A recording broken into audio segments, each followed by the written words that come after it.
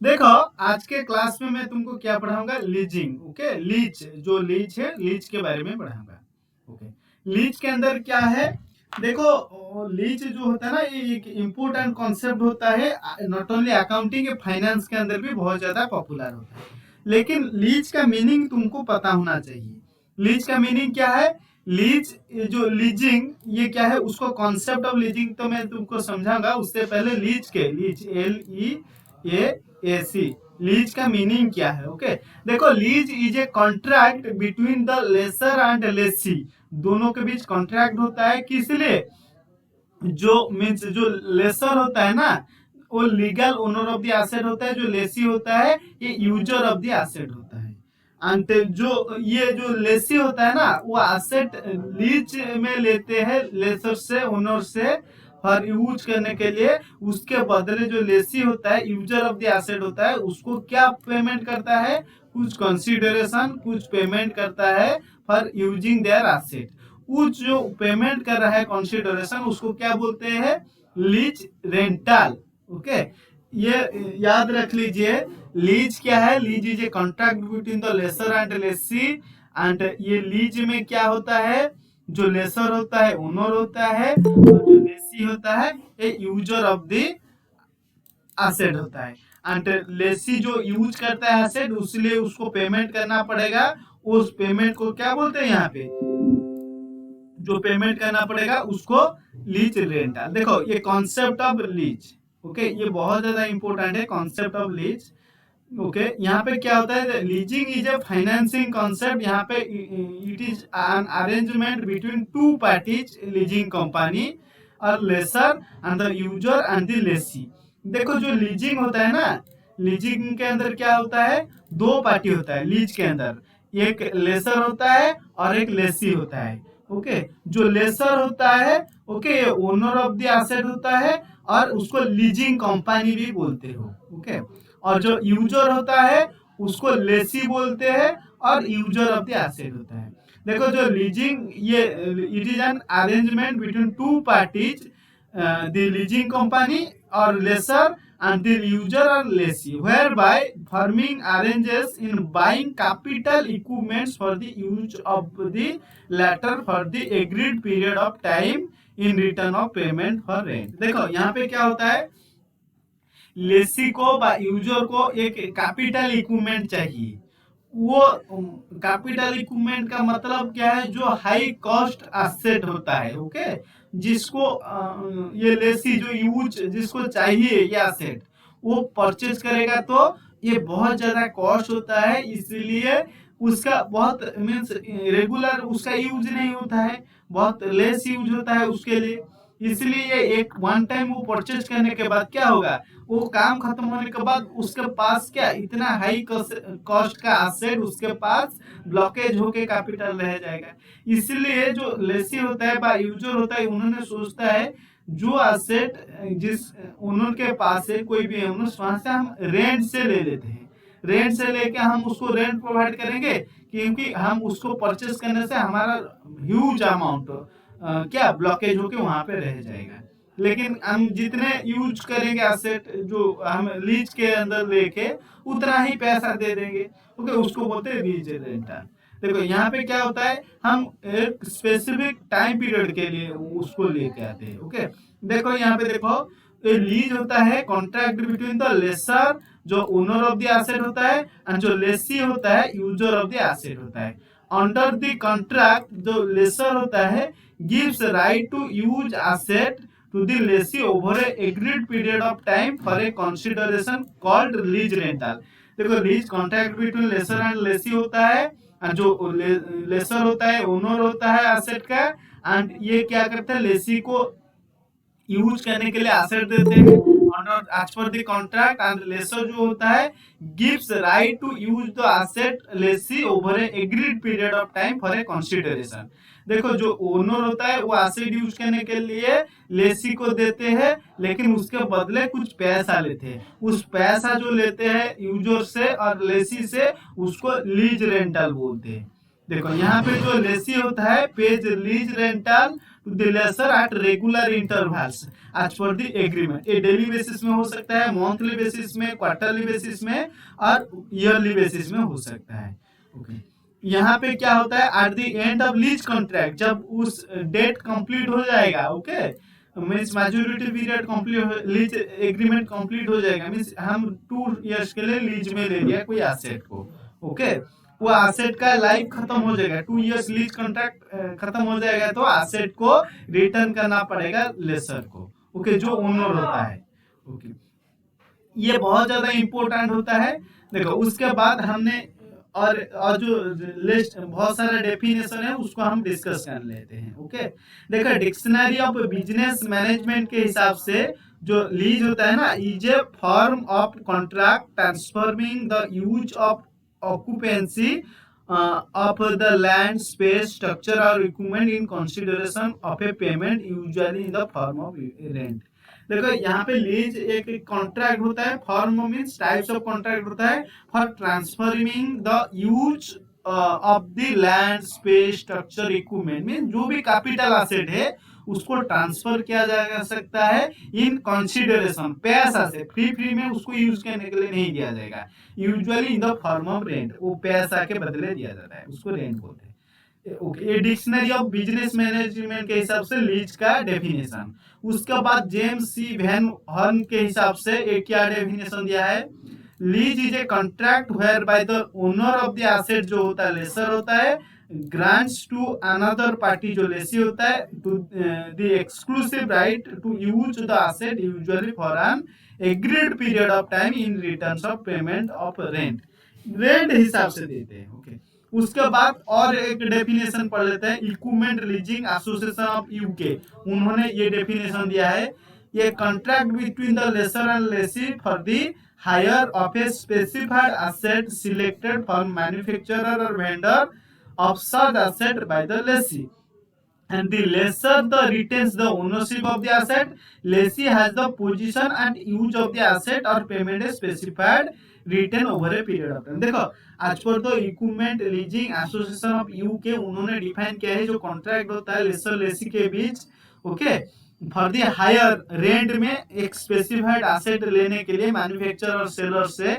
वहां पे क्या होता है, जो लेसर उसके पास ओनरशिप होता है, ओके, लेकिन लेसी के पास क्या है, पोजीशन होता है, जिसके पास गुड्स होता है वो मींस जो ऑक्युपाइड करके रखा है उसको पोजीशन बोलते हैं, लेकिन लेसी के पास ओनरशिप नहीं होता है, लेसी उसको यूज करता है एंड उसके बदले स्पेसिफिक पीरियड ऑफ टाइम के लिए, ओके, रखता है खुद के पास लेसी एंड उसके बदले पैसा देता है। देखो यहाँ पे और एक इम्पोर्टेंट चीज, देखो तुम्हारा माइंड के अंदर एक कंफ्यूजन आएगा, एक्चुअली देखो ये लेसर लेसी दो पार्टी होता है लीज कॉन्ट्रैक्ट के अंदर। देखो ये लीजिंग कंपनी ये काम करते हैं, leasing company, okay, leasing company का काम क्या है, देखो लीजिंग कंपनी में यहाँ पे पहला कॉन्सेप्ट में बताया, जो लीजिंग कंपनी ये लेसर ओनर भी हो सकता है, जो जिसके पास ओनरशिप है एसेट है वो खुद का ये कंपनी हो सकता है, और थर्ड पार्टी का भी ये लीजिंग कंपनी हो सकता है। ओके, लीजिंग कंपनी का काम क्या है, जिसको एसेट चाहिए वो लीजिंग कंपनी के पास आएगा, ओके, और जो एसेट्स मींस उसको मींस किराए में उसको देना चाहते हैं उसके पास भी इंफॉर्मेशन होगा लीजिंग कंपनी के पास। ओके, समटाइम्स क्या होता है, जो लीजिंग कंपनी होता है ये लेसर ओनर ये सेम ही होता है और समटाइम्स ये मे भी डिफरेंट होता है, लेकिन जो लीजिंग कंपनी होता है फ्री में सर्विस नहीं देता है। जो देखो लेसी के पास एसेट चाहिए, कैपिटल एसेट, वो लीजिंग कंपनी के पास जाएगा, लीजिंग कंपनी के पास इंफॉर्मेशन है ये एसेट किसके पास है, ये लेसर के पास है, एसेट लेके वो लेसी को देगा, ये लीजिंग लेसर एंड लेसी के बीच एक कॉन्ट्रैक्ट साइन करेंगे। ओके, ये कॉन्ट्रैक्ट के बीच कितने साल तक लेना वाला है और कितने पैसा देना है, ओके, लेसी को, एंड इसके बदले जो लीजिंग कंपनी है उसको जो फीस है जो सर्विस प्रोवाइड कर रहा है कॉन्ट्रैक्ट के लिए वो फीस लेते हैं। जहाँ पे लेसर और लीजिंग कंपनी सेम होता है, ये इंटर बेनिफिट जो फीस ऑफ कॉन्ट्रैक्ट ये लेसर के पास जाता है, जहाँ पे डिफरेंट होता है लीजिंग कंपनी उस पैसा लेते हैं। ओके, उसके बाद देखो ये जो नेक्स्ट पैराग्राफ में लिखा है, contract of lease there are two parties involved, lessor and lessee, जो lessor can be a company, देखो लेसर कौन कौन हो सकता है, मैंने तुमको बताया ना, लीजिंग कंपनी का बिजनेस है, वो उसके पास कस्टमर जो लेसी होता है जो यूज करना चाहता है एसेट, और जो ओनर ऑफ एसेट भी है, उसके बीच कॉन्ट्रैक्ट करते हैं। ओके, कॉन्ट्रैक्ट साइन करते हैं, उसके बदले वो चार्जेस लेते हैं। समटाइम जो ओनर होता है बालेसर होता है, ये लीजिंग कंपनी सेम भी हो सकता है।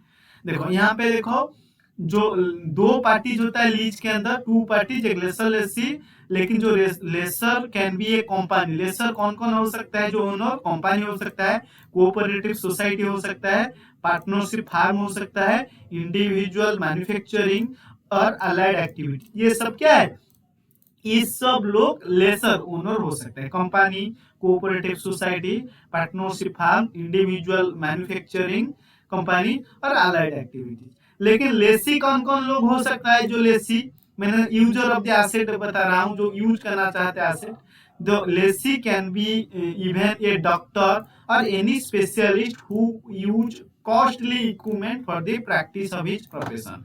देखो यहाँ पे डॉक्टर का एग्जाम्पल क्या क्यों लिखा गया है, जितने भी स्पेशलिस्ट होता है, जितने भी अच्छे प्रोफेशनल लोग होता है, उसके कुछ इक्विपमेंट चाहिए, वो इक्विपमेंट इतना कॉस्टली होता है, उसको खुद परचेज नहीं करता है, वो रेंट में लेके वो काम चलाता है। जैसे ये example, lessee can be a doctor हो सकता है और एनी अदर स्पेशलिस्ट हो सकता है, लेकिन who use costly equipment for the practice of profession, जो कॉस्टली इक्विपमेंट उसका प्रैक्टिस प्रोफेशन के लिए यूज करता है, ओके, उसके बदले वो रेंट प्रोवाइड करते हैं, क्योंकि ये वन टाइम वो कैपिटल एसेट परचेज कर लेगा तो उसके पास पैसा नहीं है, इतना ज्यादा पैसा, ओके।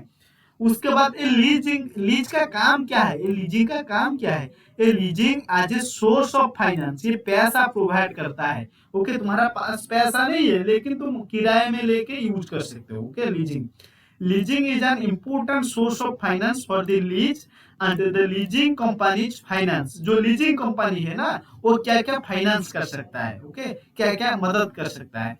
एक मॉडर्नाइजेशन ऑफ बिजनेस, तुम्हारा बिजनेस, तुम तो डॉक्टर हो, अच्छा डॉक्टर, लेकिन तुम्हारा पास अच्छा मशीन नहीं है, ओके, लीजिंग कंपनी तुमको अच्छा मशीन किराए में दे सकता है, मॉडर्नाइजेशन ऑफ बिजनेस करने के लिए हेल्प कर सकता है, सोर्स ऑफ फाइनेंस कर सकता है।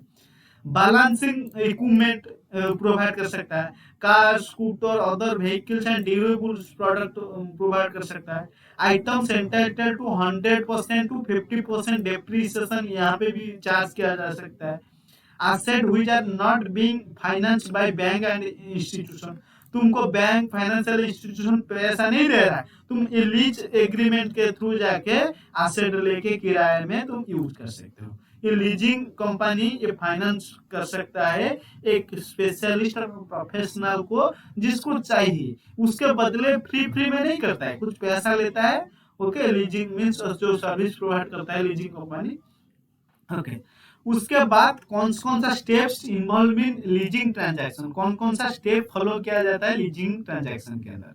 पहला स्टेप्स क्या है, फर्स्ट स्टेप्स, लीज जो लेसी होता है ना, has to decide the asset required and select supplier. देखो, लीजिंग कंपनी के पास लेसी जाएगा जो यूज करना चाहता है एसेट, एंड उसका जो एसेट के कौन सा एसेट चाहिए और ये एसेट कौन कौन सप्लायर के पास अवेलेबल है, लीजिंग कंपनी के पास इंफॉर्मेशन है, ये 5 सप्लायर है, तुम कौन सा सप्लायर से ये एसेट लेना चाहते हो। ये ईच सप्लायर के पास डिफरेंट डिफरेंट प्राइस होता है, लीज रेंटल होता है, क्योंकि एक ही कंट्री के अंदर ये सप्लायर नहीं हो सकता है, डिफरेंट डिफरेंट कंट्री के अंदर, इसलिए ट्रांसपोर्टेशन कॉस्ट मिला के तुम बहुत सारा, बहुत एवरी सप्लायर के पास means different types of option होता है, डिफरेंट टाइप्स ऑफ क्या होता है, मीन्स फैसिलिटी होता है। इसलिए जो पहला स्टेप्स होता है लीजिंग ट्रांजैक्शन में, लेसी क्या करेगा, हैज टू डिसाइड करेगा एसेट रिक्वायर्ड, क्या एसेट उसको चाहिए, उसके बाद लीजिंग कंपनी के बाद पास जाके वो बता सकता है, एंड वहां से लीजिंग कंपनी बहुत सारा सप्लायर को नाम यहाँ पे तुमको दिखाएगा, और कौन सा सप्लायर से तुमको ये लीज में मीन्स रेंट में लेने से तुमको सस्ता होगा, अच्छा क्वालिटी प्रोडक्ट मिलेगा, वो भी बताएंगे। और उसके बाद ही हैज टू डिसाइड, जो लेसी होता है डिसाइड करेगा design and specification, price, warranties and terms of delivering and servicing, ये सब कुछ डिसाइड करने के बाद वो लेगा। सेकेंड स्टेप, जो लेसी होता है then enters into lease agreement, जो लेसी होता है ना, सप्लायर सिलेक्ट करने के बाद ये एग्रीमेंट साइन करना चाहता है विथ लेसर, जो सप्लायर के साथ। And this lease agreement contents, lease agreement के अंदर क्या क्या term and condition of the lease, term and condition के अंदर क्या क्या होगा। पहला कंडीशन ए के अंदर basic lease period during which lease is irrecoverable, means कितने साल तक वो जो लेसी होता है ना ये एसेट लीज में लेना चाहते हैं, उस एसेट उस एग्रीमेंट में वो मेंशन होगा। उस पीरियड के बीच जो लेसर ओनर होता है ना वो नहीं एसेट वहां से वापस रिटर्न नहीं ले सकता है। सेकेंड सेकेंड एग्रीमेंट क्या होता है, timing and amount of periodical rentals payment during the lease period, entire lease period के अंदर रेगुलर इंटरवल के हिसाब से कितने अमाउंट और कौन कौन सा टाइम में उसको पैसा लीज रेंटल देने वाला है लेसी लेसर को, जो user of the asset owner of the asset को देने वाला है। उसके बाद नेक्स्ट एग्रीमेंट के अंदर क्या लिखा जाता है, details of any option to renew of the lease or purchase of the asset at the end of the period. देखो यहाँ पे जो एसेट तो अभी लीज में तुमने रेंटल में ले लिया 5 साल और 10 साल तक, ओके। उसके बाद ये एग्रीमेंट में और अनदर एक ऑप्शन जुड़ा जाता है, तुम उस 10 साल के बाद जब लीज एग्रीमेंट खत्म हो जाएगा तब उस पीरियड को तुम एक्सटेंड कर सकते हो, रिन्यू द लीज एग्रीमेंट, और उस एसेट को परचेज कर सकते हो। ये एग्रीमेंट के अंदर मेंशन होना चाहिए ये ऑप्शन। उसके बाद नेक्स्ट और क्या हो सकता है, details regarding the payments of cost maintenance repair taxes insurance other expenses, ये किसको देना है। जो हमने देखो हमने तो 10 साल तक हमने एक एसेट लीज में ले लिया, लेकिन उसके अंदर cost of maintenance repairs taxes insurance और जो एक्सपेंसेस इलेक्ट्रिक बिल वगैरह वाटर बिल्स, ओके, इसको किसको बियर करना है, इस एग्रीमेंट के अंदर साफ साफ मेंशन होना चाहिए। जो ट्रांजैक्शन होता है लीज ट्रांजैक्शन उसके अंदर, ओके। सेकेंड पॉइंट के अंदर ये 4 ही पॉइंट है। उसके बाद थर्ड पॉइंट क्या है, after lease agreement sign is the lessor contact the manufacturer and request him to supply the asset to the lessee. After agreement sign हो गया लीज कंपनी के अंदर, लीजिंग कंपनी के अंदर, उसके बाद जो लेसर होता है जो ओनर एसेट होता है ये मैन्युफैक्चरर को ऑर्डर देगा सप्लाई करने के लिए लेसी को एसेट देने के लिए। Lessor makes payments to the manufacturer, यहाँ पे ओनर जो होता है ना ये मैन्युफैक्चरर जहाँ पे मशीन बनाया जाता है उसको पेमेंट करेगा, okay. After the asset has been delivered to the lessee, lessee को पेमेंट करने के मींस लेसी को एसेट डिलीवर्ड होगा, लेकिन जो मैन्युफैक्चरिंग कंपनी वो मशीन बना रहा है उसको ओनर ही पेमेंट करेगा। इतना समझ में आया, बताओ समझ में आया नहीं है? हाँ। उसके बाद देखो बहुत सारा टाइप्स ऑफ लीज होता है, एक फाइनेंशियल लीज और एक ऑपरेटिंग लीज। देखो यहाँ पे तुमको दिख रहा है ना, ओके, देखो मैं थोड़ा जूम कर रहा हूँ। देखो एक फाइनेंशियल लीज और एक ऑपरेटिंग लीज, तुम्हारे सिलेबस के अंदर ये दोनों लीज दिया गया है, ओके। ये दोनों बहुत इंपॉर्टेंट होता है, ओके, टाइप्स ऑफ लीज। उसके अलावा बहुत सारा लीज है, लेकिन ये दोनों लीज तुम्हारा सिलेबस के अंदर मेंशन है, हम उसको डिटेल से पढ़ाऊंगा अभी। देखो लीज बहुत सारा टाइप्स होता है, मींस जो लीज होता है ना lease agreement can be classified follow into 4 categories. उसके अलावा भी बहुत सारा होता है, लेकिन हम उसको एक एक डिस्कस करने वाला। देखो जो फाइनेंशियल लीज होता है ना, जो फाइनेंशियल लीज होता है उसको क्या बोलते हैं, जो फाइनेंशियल लीज उसको कैपिटल लीज, लिख लीजिए ये बहुत इंपॉर्टेंट। जो फाइनेंशियल लीज होता है उसको कैपिटल लीज, ओके। और क्या ये लॉन्ग टर्म लीज उसको बोलते हैं, long term.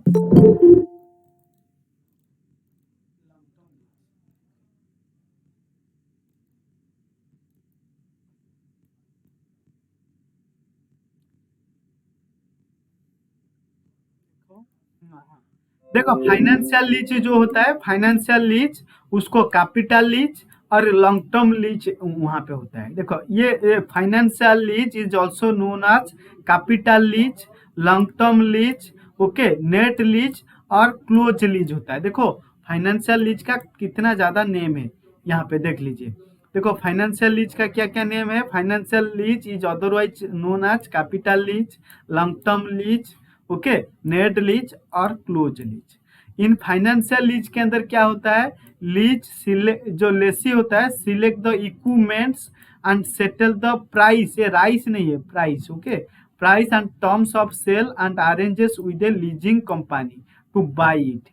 Okay, he enters into irrecoverable और non cancelable contractual agreement with the leasing company. देखो जो फाइनेंशियल लीज होता है यहाँ पे क्या होता है, ये कॉन्ट्रैक्ट होता है लेसर लेसी के बीच for a long period of time, किस लिए, टू लीज के लेने के लिए जो इक्विपमेंट से जो उसके अंदर प्राइस और सब कुछ डिसाइड होने वाला है।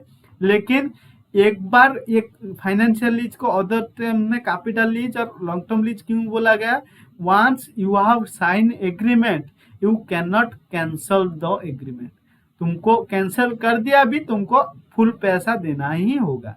Okay, once you have sign the agreement it can not be cancelable lease. जो फाइनेंशियल लीज होता है, कैपिटल लीज होता है, long term lease, net lease, close lease, ये नॉन कैंसेलेबल। वन तुमने साइन कर दिया वो एसेट लीज में लेने के लिए, जब तक मैच्योरिटी पीरियड नहीं कंप्लीट होगा तुमको एंटायर फुल पेमेंट करना होगा। ये इरिकवरेबल, एक बार साइन वहां पे एंटर हो गया, वहां से नहीं निकल पाओगे तो तुमको बहुत सारा पैसा वहां पे लॉस होना होगा। ओके, जो लीज होता है, लेसी होता है ना, यूजेस करता है equipment exclusively maintain it incurs and avail, ये सर्विस वारंटी वगैरह सब कुछ होता है यहाँ पे। देखो और एक ये जो फाइनेंशियल लीज कैपिटल लीज के अंदर और एक बेनिफिट क्या होता है, eight the end of the lease period, जब लीज पीरियड खत्म हो जाएगा ना तब क्या होता है, जो लेसी के पास ये लेसर जो ओनर होता है ऑप्शन देता है, इधर तुम ये लीज पीरियड को दोबारा रिन्यू कर सकते हो और तुम उसको परचेज कर सकते हो। ओके, ये ओनली ये ऑप्शन जो ओनर होता है एसेट वो लेसी को दे सकता है। ओके, देखो जो financial lease could also be with purchase option where at the end of pre determined period, जब end of the lease period खत्म हो जाएगा, टाइम खत्म हो जाएगा, ये फाइनेंशियल लीज के अंदर ये परचेज ऑप्शन दिया जाएगा किसको, लेसी को। Lessee has the option, lessee के पास ऑप्शन है, अल्टरनेटिव है to buy the equipment at a pre determined value और नॉमिनल वैल्यू और फायर मार्केट प्राइस। वो जो लेसी होता है यूजर एसेट वो बाय कर सकता है प्री डिटरमाइंड प्राइस में, नॉमिनल प्राइस में, फायर मार्केट प्राइस में, और क्या कर सकता है फिर वो रिन्यू कर सकता है, और टोटल और नहीं भी लीज एग्रीमेंट नहीं रिन्यू कर सकता है भी। फाइनेंशियल लीज में also content non cancelable clause which means lease transfer to the little title of the lease at the end of the lease period, जब वो बाय कर लेगा लेसी उसको टाइटल ट्रांसफर होगा। ओके, इतना तो समझ में आया। देखो अंडर ये financial lease the rate of lease would be fixed based on the kind of the lease period and periodically or rent at the rate of depreciation other benefits available. देखो ये financial lease long term lease होता है, यहाँ पे rate of lease जो होता है ये फिक्स्ड होता है एंड एंटायर लीज पीरियड तक। ओके, सब 10 साल तक एक ही लीज रेंटल जो है उस रेंटल जो फिक्स हुआ है उस पैसे हिसाब से तुमको पेमेंट करना होगा। ओके, वहां पे कोई चेंजेस नहीं देखने मिलेगा। लेकिन देखो उसके बाद और एक ऑप्शन क्या है, ये कहाँ से ज्यादा पॉपुलर, जो financial lease is very popular in India in other countries also. India के अंदर ये फाइनेंशियल लीज जो कैपिटल लीज और जो मीन्स लॉन्ग टर्म लीज ये बहुत पॉपुलर होता है। Okay, like other countries US, UK, Japan के अंदर भी ये बहुत सारा पॉपुलर होता है। On the other hand, means जो India at present approximately lease worth 75 to 100 crores transaction tax planning device है। इंडिया के अंदर 75 से 100 करोड़ तक ये मीन्स ट्रांजैक्शन होता है लीज एग्रीमेंट के थ्रू। ओके, हाँ, उसके बाद देखो ये जो लीज एसेट होता है ना, लीज एसेट का कॉस्ट क्या होता है, हाई कॉस्ट इक्विपमेंट, उसका example office equipment, diesel generators, machine tool, textile machinery, containers, okay, locomotive, ये example of financial lease. Financial lease का एग्जांपल क्या, एग्जांपल मोस्ट इंपोर्टेंट, देखो जो example of financial lease is most important. यहाँ पे देखो example क्या है, देखो पहले यहाँ पे देखो हाई कॉस्ट इक्विपमेंट जैसा office equipment, diesel generators, machine tools, textile, containers, locomotive, ये एग्जांपल है। देखो यहाँ पे देखो जो भी cost of maintenance, repairs, expenses जो होगा ना उसको किसको देना होगा? देखो फाइनेंशियल लीज, कैपिटल लीज के अंदर जो भी ये जो बिजनेस मीन्स मशीन तो तुमने लीज में ले लिया, लेकिन उसके अंदर डीजल जनरेटर्स के अंदर पेट्रोल और डीजल डालना है, running maintenance cost, insurance cost, okay, operating cost, उसको लेसी जो यूजर ऑफ द एसेट होता है उसको बियर करना पड़ता है। ओके, उसके बाद देखो ऑपरेटिंग लीज, ये फाइनेंशियल लीज मैंने डिस्कस कर लिया। उसके बाद ऑपरेटिंग लीज, उसको शॉर्ट टर्म लीज भी बोलते हैं। Operating lease is otherwise called as short term lease, और उसको सर्विस लीज भी बोलते हैं। ओके, जो ऑपरेटिंग लीज उसको शॉर्ट टर्म लीज और सर्विस लीज भी वहां पे बोलते हैं। देखो जो operating lease is also known as service lease, short term lease, और उसको ट्रू लीज भी बोलते हैं। ओके, देखो यहाँ पे क्या होता है, ऑपरेटिंग लीज ये वेरी शॉर्ट टाइम के लिए लिया जाता है। Okay, in this lease contractual period between the lessor and lessee क्या होता है, less than the full expected economic life of equipment. देखो एक एसेट, एक मशीन का, ओके, ये मशीन तुमने जो ओनर परचेज किया है उसका लाइफ ही 10 ईयर्स तक कंटिन्यू होने वाला है। लेकिन जो ऑपरेटिंग लीज होता है, ओके, हमने लीज लेते हैं उस मशीन को, ये कभी भी 10 ईयर्स से ज्यादा नहीं होने वाला है, लेस देन 10 ईयर्स होगा, क्योंकि जो लाइफ ऑफ द एसेट है वहां से कम पीरियड तक लिया जाता है। ओके,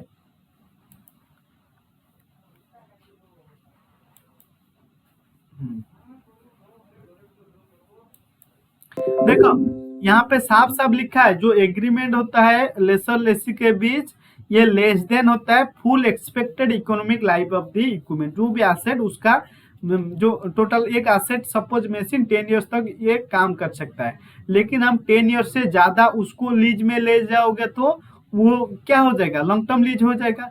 लेकिन उसका 10 ईयर्स से लेस, ओके, एक दिन के लिए, 2 दिन के लिए, 1 मंथ के लिए, 1 ईयर के लिए ये ले सकते हो, तो ये ऑपरेटिंग लीज हो सकता है, क्योंकि ये उसका जो लाइफ मैक्सिमम इकोनॉमिक लाइफ से कभी भी वो लीज पीरियड एक्सेस नहीं होना चाहिए, लेस होना चाहिए। जैसे example, this means the lease for a period और लिमिटेड पीरियड में बी मंथ, 1 मंथ के लिए, 6 मंथ के लिए, 1 ईयर के लिए, फ्यू ईयर्स के लिए ले सकते हो। यहाँ पे लीज टर्मिन, देखो लीज, ऑपरेटिंग लीज, ये short term lease, service lease होता है, ये कैंसेलेबल लीज। ओके, जब चाहो ये कैंसिल कर सकते हो, ये बोथ लेसर भी कर सकता है, लेसी भी उसको कैंसिल कर सकता है।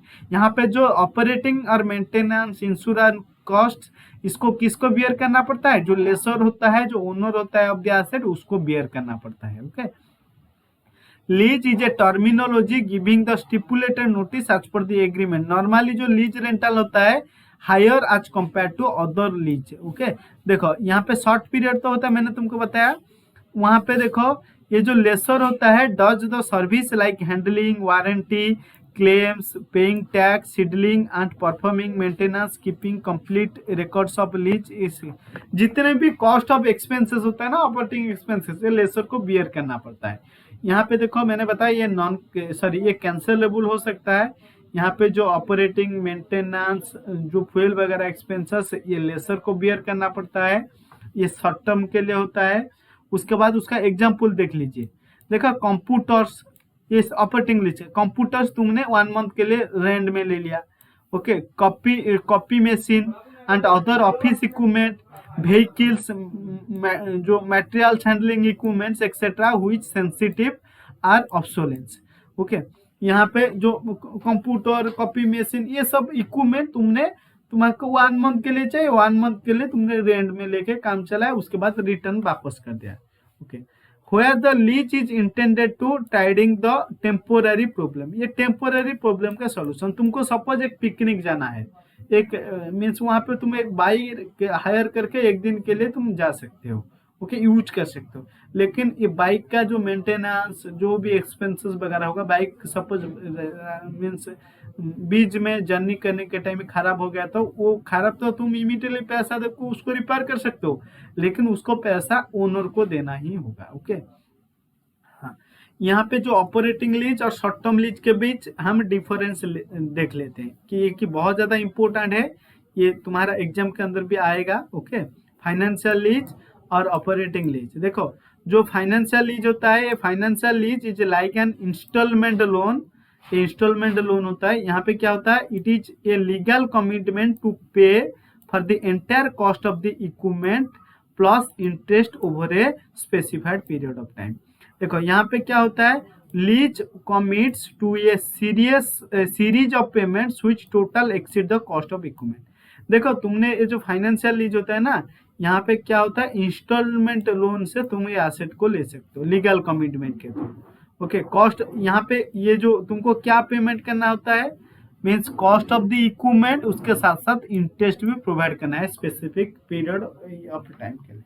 लेकिन जो ऑपरेटिंग लीज होता है, यहाँ पे क्या होता है, operating lease is A lease rental agreement. यहाँ पे the Lesi is not committed to pay more than the original cost of equipment during the contractual period। ये कॉन्ट्रेक्चुअल पीरियड के अंदर जितने भी लीज रेंटल प्रोवाइड करेंगे, ये कभी भी जो कॉस्ट ऑफ द इक्विपमेंट से ज़्यादा नहीं होगा।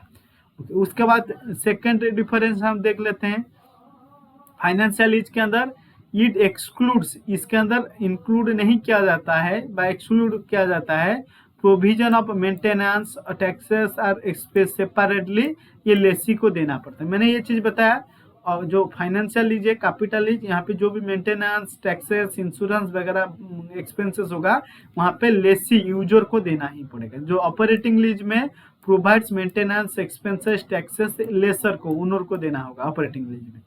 Risk of obsolescence is assume by the lessee. देखो सपोज तुमने एक कार मीन्स सपोज कोई भी एक हाई कॉस्ट मीन्स एसेट तुमने ले लिया, मीन्स लॉन्ग टर्म लीज लिया, वहां पे ऑब्सोलेंस मीन्स उसका वैल्यू डिक्रीज हो गया, एसेट का वैल्यू खराब हो गया, वहां पे लेसी को रिपेयर करना पड़ता है।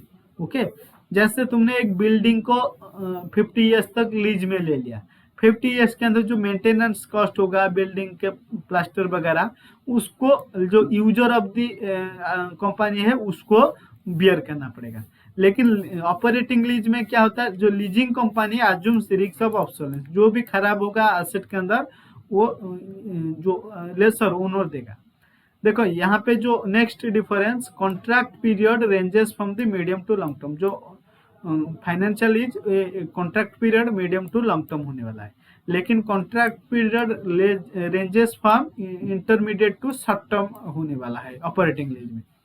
उसके बाद next difference, contracts are usually non cancellable. जो financial lease, capital lease, long term lease, ये कॉन्ट्रैक्ट एक बार साइन किया ये कैंसिल नहीं हो सकता है। या ऑपरेटिंग लीज के अंदर contracts are usually cancellable either by lessor and lessee, दोनों के बीच कोई भी कर सकता है। उसके बाद एग्जाम्पल ऑफ जो फाइनेंशियल लीज, एयरक्राफ्ट, तुमको एक प्लेन है, एरोप्लेन परचेज करना है, रेंट में लेना है, ओके, वो परचेज नहीं कर सकते हो ना, बहुत सारा कॉस्ट हो सकता है। Aircraft, land and building, heavy machinery और लीज में ये सब कॉस्टली। यहाँ पे क्या होता है ऑपरेटिंग लीज में, example computers, office equipment, automobile, trucks etcetera और लीज में लिया जाता है। उसके बाद नेक्स्ट डिफरेंस, जो लीज होता है involves in financial commitment similar to a loan by a leasing company, it place the lease position borrow. देखो यहाँ पे जो लीज इन्वॉल्व होता है फाइनेंशियल कमिटमेंट के अंदर, यहाँ पे loan by leasing company and it places the lessee in position of borrow. Okay, यहाँ पे क्या होता है ऑपरेटिंग लीज के अंदर, जो फाइनेंशियल कमिटमेंट इज रेस्ट्रिक्टेड होता है रेगुलर रेंटल पेमेंट के हिसाब से। ये पेमेंट कहाँ पे लिखा जाता है, पीएल अकाउंट में। उसके बाद लास्ट डिफरेंस, जो लेसर होता है फुलफिल करता है फाइनेंशियल फंक्शन, लेकिन यहाँ पे जो लेसर होता है फुल मीन्स ये लेसर जो होता है, ओके, ये फुलफिल्स करता है सर्विस फंक्शन। ये ऑपरेटिंग लीज में जो लेसर सर्विस प्रोवाइड करता है, लेकिन जो फाइनेंशियल लीज में ये फाइनेंशियल फंक्शन प्रोवाइड करता है। इतना तो समझ में आया ऑपरेटिंग लीज फाइनेंशियल लीज के अंदर जो डिफरेंस है।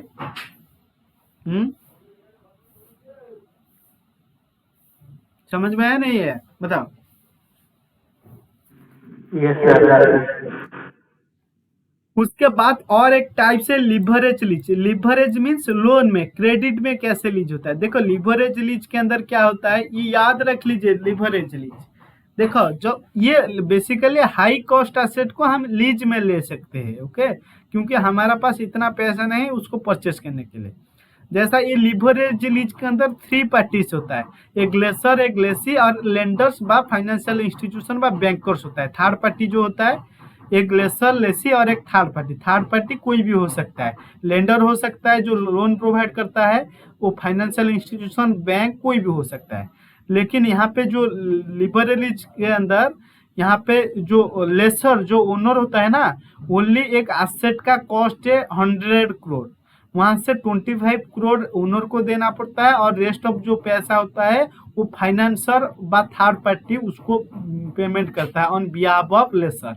यहाँ पे ओनरशिप किसके पास होता है? लेसर के पास होता है, लेकिन पैसा उस एसेट को परचेज करने के लिए, लीज रेंटल में लेने के लिए ये कौन देता है? ये फाइनेंशियल कंपनी, लेंडिंग इंस्टीट्यूशन। देखो यहाँ पे देख लीजिए, अच्छे से समझ लीजिए। Under leverage lease there are some attractive investment features in form of after tax consequence for the owner of the equipment. देखो ये इन्वेस्टिंग होता है 20 से 25% तक कॉस्ट ऑफ एसेट, ये लेसर बियर करता है। ओके, एंड द एंटाइटल जो 100% अलाउंस से डेप्रिसिएशन प्लस होता है, ये सब कुछ एडिशन होता है यहाँ पे।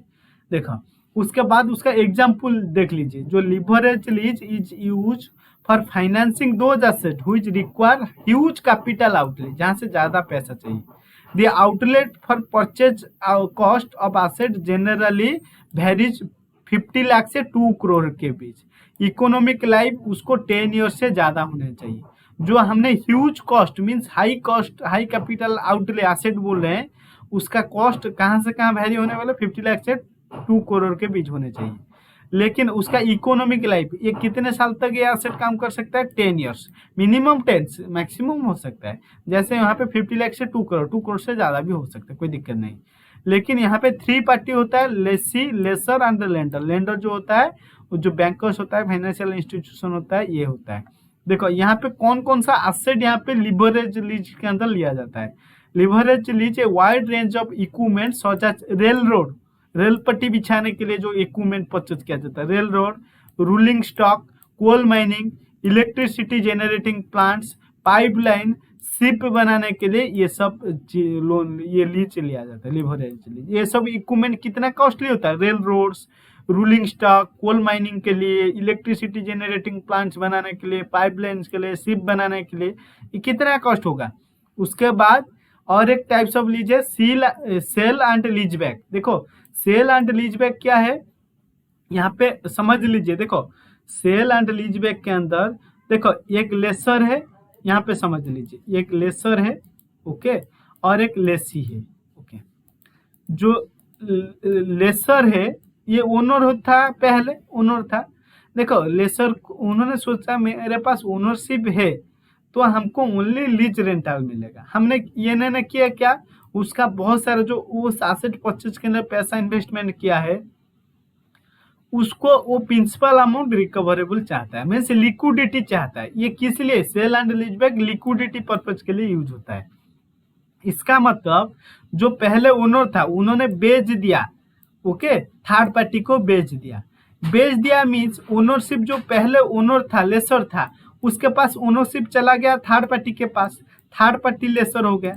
ओके, थर्ड पार्टी लेसर हो गया बा ओनर हो गया। लेकिन ये जो जिन्होंने पहले ओनर था उसको क्या चाहिए था? वो एसेट का यूज करने के लिए उसको यूज करना चाहिए था, लेकिन उन्होंने बेच दिया। बेच दिया मीन्स उसका जो इतने भी कॉस्ट ऑफ एसेट है उसको मिल गया, पैसा मिल गया, कैश मिल गया। लेकिन उन्होंने जिसको बेचा है वहां से लीज में ले लिया सेम एसेट को। ओके, लीज में लेके रेंट देके उसको यूज करना शुरू कर दिया। पहले वो जो ओनर था अभी वो यूजर हो गया है। ओके ओके, किस लिए ये उन्होंने ये चीज किया है? उसको पैसा, कैश चाहिए था, लिक्विडिटी चाहिए था। ये लिक्विडिटी करने के लिए पहले ये थर्ड पार्टी को बेच दिया, फिर से थर्ड पार्टी से लीज में ले लिया। पहले फर्स्ट तो ओनर था लेकिन उन्होंने बेच दिया। ओके, ये बेच देने के बाद उन्होंने ओनर नहीं रहा अभी तक। ओके, उसके बाद यूज करने के लिए वो एसेट चाहिए, उस जिसको बेच दिया वो ओनर से, लेसर से ये फिर लीज में ले लिया। ओके, लीज में लेके यूज कर रहा है, उसको बोलते हैं सेल एंड लीज बैक। पहले सेल कर दिया लिक्विडिटी के लिए, फिर उसको लीज में लेके यूज कर रहा है। ओके, देखो यहाँ पे sale and lease back agreement is beneficial both lessor and lessee के लिए बेनिफिट होता है। यहाँ पे लेसर गेट जो लेसर जो होता है get immediate cash which becomes available for working capital और further expansion and lessor gets tax benefit पाते हैं। एंड जो रिटेल स्टोर्स होता है जैसे buildings okay multipurpose industrial building shopping centres finance under this method ऐसे फाइनेंस होता है ओके। ये under this types of lease a firm has an asset sale into the leasing company and get back it on lease. The asset is generally sold at market value में sale करता है market में जो price चला है। Firm receive sale price in cash and get right use asset during lease period. ये समझ में आया सेल एंड लीज बैक का मीनिंग समझ में आया नहीं है बताओ।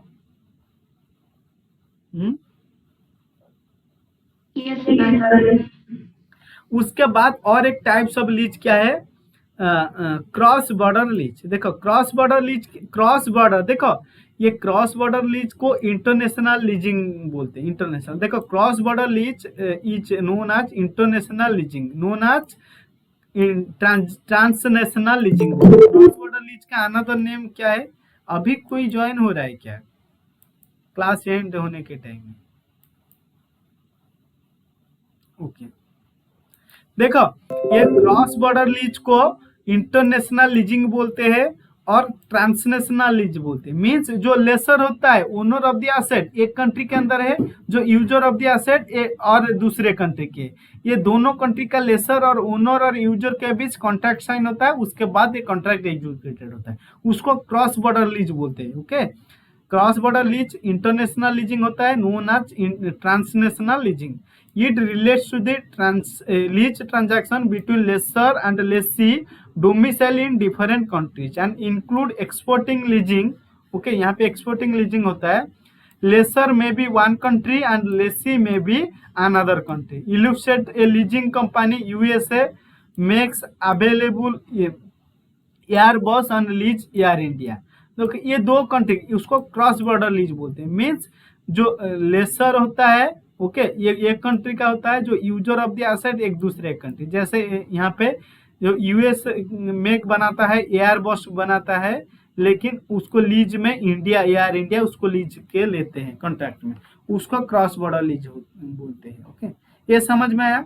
उसके बाद ये एडवांटेजेस ऑफ लीज, लीज का बेनिफिट्स क्या है हम उसको डिस्कस करूंगा। ओके अभी देखो पहला बेनिफिट्स ऑफ लीज। ओके ये पहला benefits permit alternative use of funds. देखो तुमने एसेट परचेज नहीं किया यहाँ पे ओके ह्यूज कैपिटल इन्वेस्टमेंट एक एसेट परचेज करके नहीं किया, लेकिन रेंट में लेके उसको लीज रेंटल प्रोवाइड कर रहे हो। लेकिन जो ह्यूज कैपिटल तुमने यहाँ पे इन्वेस्टमेंट नहीं करके वो पैसा दूसरे जगह में लगा के वहां से भी इनकम कर सकता हो, ये benefit. Okay permit alternative use of fund, जो फंड परचेज करने में एसेट में इन्वेस्टमेंट करते थे वो पैसा लीज में लेके वो एसेट उस पैसा को दूसरे जगह में इन्वेस्टमेंट करके पैसा कमा सकते हो। ये leasing arrangement provides firm use and control over asset without incurring huge capital expenditure. Okay firm is required only to make periodical rental payments, only rental payment करना है चाहिए।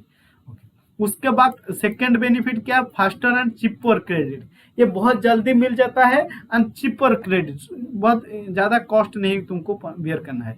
Depending on tax structure of the lease it cost less than other methods of acquiring asset. जो भी other methods of acquiring asset होता है यहाँ पे lease सबसे चीपर कॉस्ट होता है।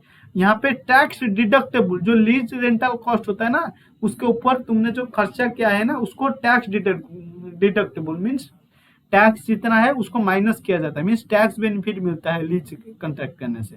देखो it permits firm to acquire new equipment without going through the formal scrutiny procedure. यहाँ पे ही एक्वायर कर सकता है asset under leasing agreement is cheaper and faster any source of finance. Other source of finance से ये बहुत cheaper and बहुत इजीली तुमको मिल जाता है।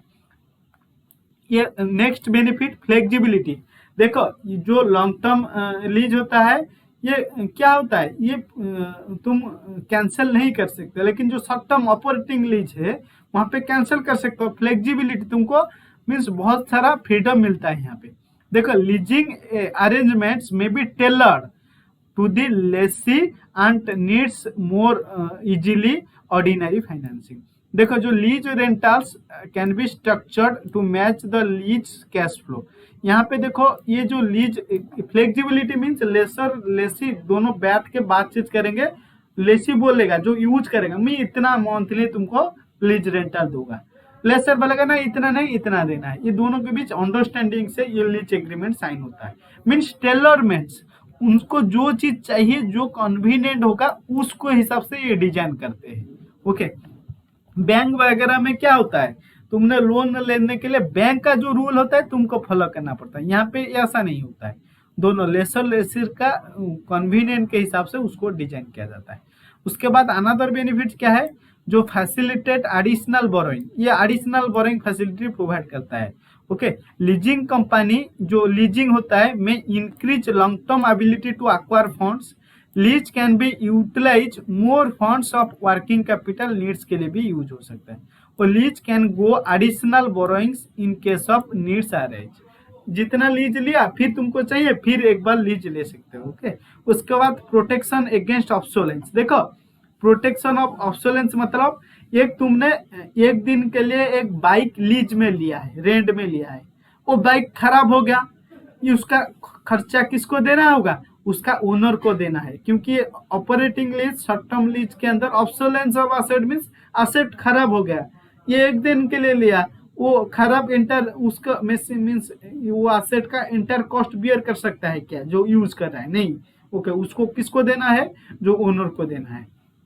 देखो, जो प्रोटेक्शन अगेंस्ट ऑब्सोलेंस, ऑब्सोलेंस मतलब जो वैल्यू ऑफ एसेट गिर जाता है, किस लिए, खराब होने की वजह से।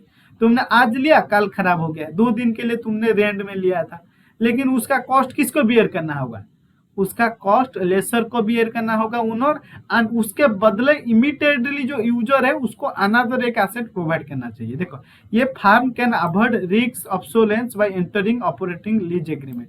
यहाँ पे हाईली यूजफुल होता है in respect of the become obsolete and faster. देखो, इसलिए ऑपरेटिंग लीज में ये जितने भी कॉस्ट है ये ओनर को बियर करना पड़ता है। इसलिए ऑपरेटिंग कॉस्ट जो होता है, ओके, ये मींस लीज रेंटल हायर होता है ऑपरेटिंग लीज में, और जो कैपिटल लीज में लोअर होता है as compare to operating lease. ये याद रख लीजिए, जो operating cost by lease rental higher होता है ऑपरेटिंग लीज के अंदर, शॉर्ट टर्म लीज के अंदर, लेकिन जो कैपिटल लीज और लॉन्ग टर्म लीज होता है यहाँ पे लो होता है lease rental as compare to operating cost. हाँ, उसके बाद नेक्स्ट नो रेस्ट्रिक्टिव कोवेंटेंट्स। यहाँ पे देखो, रेस्ट्रिक्टिव कोवेंटेंट्स हो जाए डेब्ट equity ratio, okay, declaration of dividend which usually impose under debenture loan. यहाँ पे इसके ऊपर कोई फर्क नहीं पड़ने वाला है। उसके बाद नेक्स्ट बेनिफिट, ओके, 100% फाइनेंसिंग। यहाँ पे 100% फाइनेंसिंग होता है लीज के अंदर। Lease financing enables a firm to acquire the use of asset without having to make down payment and 100% financing is assured to lease. देखो, यहाँ पे तुमको कॉन्ट्रैक्ट साइन करने के टाइम में कुछ पेमेंट, एडवांस पेमेंट नहीं करना पड़ता है। उसके बाद boon to small means firm which are either small और uncertain records of earnings are able to obtain the use of asset under lease financing. देखो, ये लीज एग्रीमेंट के अंदर कोई भी जो मीन्स स्मॉल और बिग फार्म और मीडियम फार्म वो लीज एग्रीमेंट साइन कर सकता है। उसका अर्निंग अच्छा है नहीं है, वहां पे कोई बात नहीं होता है। ओके, उसके बाद जो डिमेरिट्स और डिसएडवांटेज ऑफ लीजिंग है, उसको थोड़ा हम उसको ओवरलैप कर लेते हैं। ओके, देखो क्या क्या है डिमेरिट्स। पहला, फर्स्ट लिमिटेशन क्या है, lease is not suitable mode of project finance के अंदर ये सुइटेबल नहीं है। किस लिए, because rentals are repayable soon after entering into the agreement, and while new project cash generation may start only after long gestation period। देखो, ये lease rental, जो लीज नॉट सुइटेबल होता है प्रोजेक्ट फाइनेंस में, किस लिए? क्योंकि तुमने लीज एग्रीमेंट साइन कर लिया, मीन्स उसके बाद रेगुलर इंटरवल में तुमको लीज रेंटल प्रोवाइड करना है। लेकिन तुमने प्रोजेक्ट काम में, प्रोजेक्ट स्टार्ट होके काम होने के बाद वो तुमको जो इनकम होगा उसको तक ये टाइम चाहिए, लेकिन तुमने तो इंटरेस्ट पेमेंट करना शुरू कर दिया, ये तुमको एक लिमिटेशन है। उसके बाद second limitation, certain tax benefit and incentives such as subsidy may not be available on lease equipment. कुछ ऐसा लीज एसेट है उसके ऊपर तुमको सब्सिडी नहीं मिलता है, टैक्स बेनिफिट नहीं मिलता है, ये भी एक लिमिटेशन है। ओके, उसके बाद अनदर लिमिटेशन क्या है?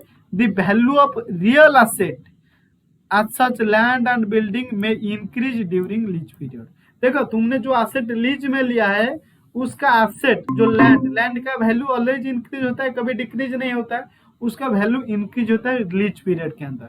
In case of lease lessee loses the advantages of potential capital gain, ये कैपिटल गेन का भी उसका लूज होने का चांसेस होता है। उसके बाद अनदर लिमिटेशन क्या है? Cost of financing is generally higher than the डेब्ट फाइनेंसिंग। देखो, ये जो लीज के अंदर जो फाइनेंसिंग होता है, इंटरेस्ट होता है ना, ये डेब्ट फाइनेंसिंग इंटरेस्ट फाइनेंसिंग से थोड़ा ज्यादा होता है। ओके, लेकिन और अनदर लिमिटेशन क्या है?